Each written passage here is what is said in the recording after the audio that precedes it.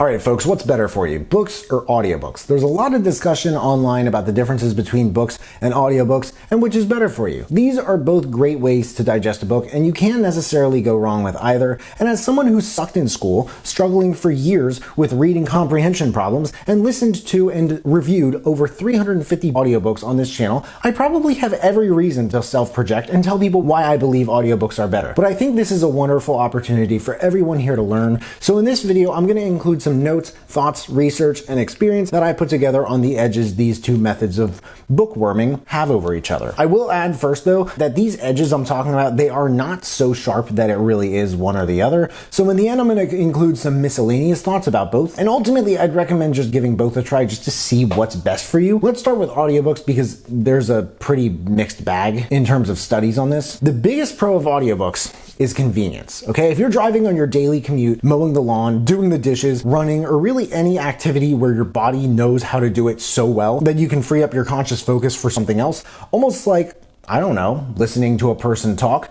Audiobooks allow you to do this where reading does not. And there are a lot of books that you can listen to with the amount of time you probably spend doing those things. Just playing leapfrog with my last point. In a way, it's also kind of a matter of productivity. If you don't have time to sit down and read, things you're too busy doing to read, you can likely do while listening to audiobooks. However, while writing this video, I checked out other ones about this topic, and I don't really think many of them talked about this at all. But I must say, based on my own experience, that audiobooks, like nothing else, have given me a true appreciation and understanding for the power of using the human voice to convey things. These audiobooks are obviously pre-recorded. Some narrators, some of my favorites like Ray Porter and Grover Gardner, they can add so much dimension to the listening experience that gaining this extra pre-recorded dimension of how text can be narrated and delivered, it can cause listening to yourself or other people talk over time to actually become more interesting and exciting.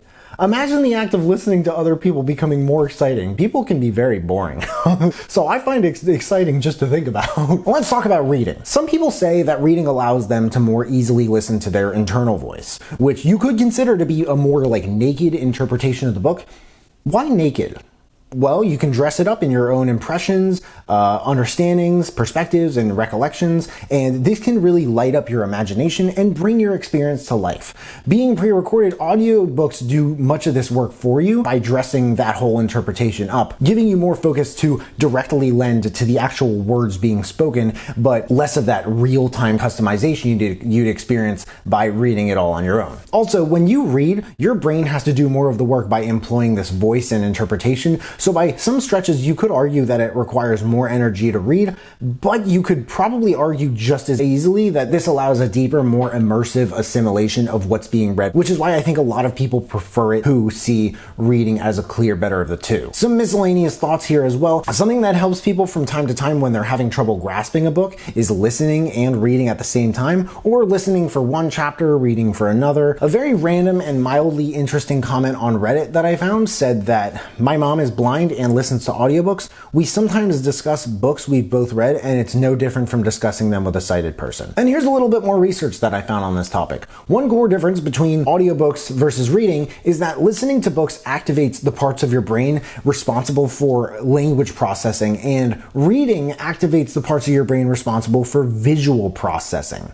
Okay, and despite this, they both engage semantic information processing in the same areas of the brain, so they can both expand your knowledge, improve your memory, and sharpen your mental faculties very similarly. Also, what many people say is that what could work best for you depends on which is better, your reading comprehension or your listening comprehension. Which is easier for you to pay attention to?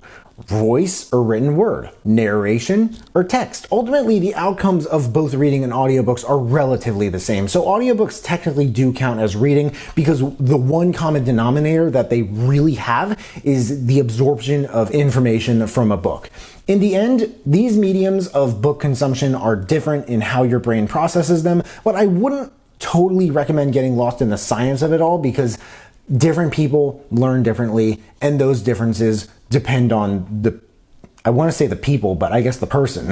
So that's a little bit of a comparison contrast between books and audiobooks. I think what really matters here is which is better for you, not just anyone. Let me know your thoughts on this in the comments and your experience as well. I hope you folks enjoyed this video. If you did, make sure to smash that like button, subscribe if you haven't already so you can see more of the content that we're putting out on this channel. And if you want to turn it up just a notch and turn on that notification bell to get a notification whenever I drop new videos, that would mean the world to me. Thank you so much for watching. I really appreciate it. You can find me everywhere, and I'll see you then.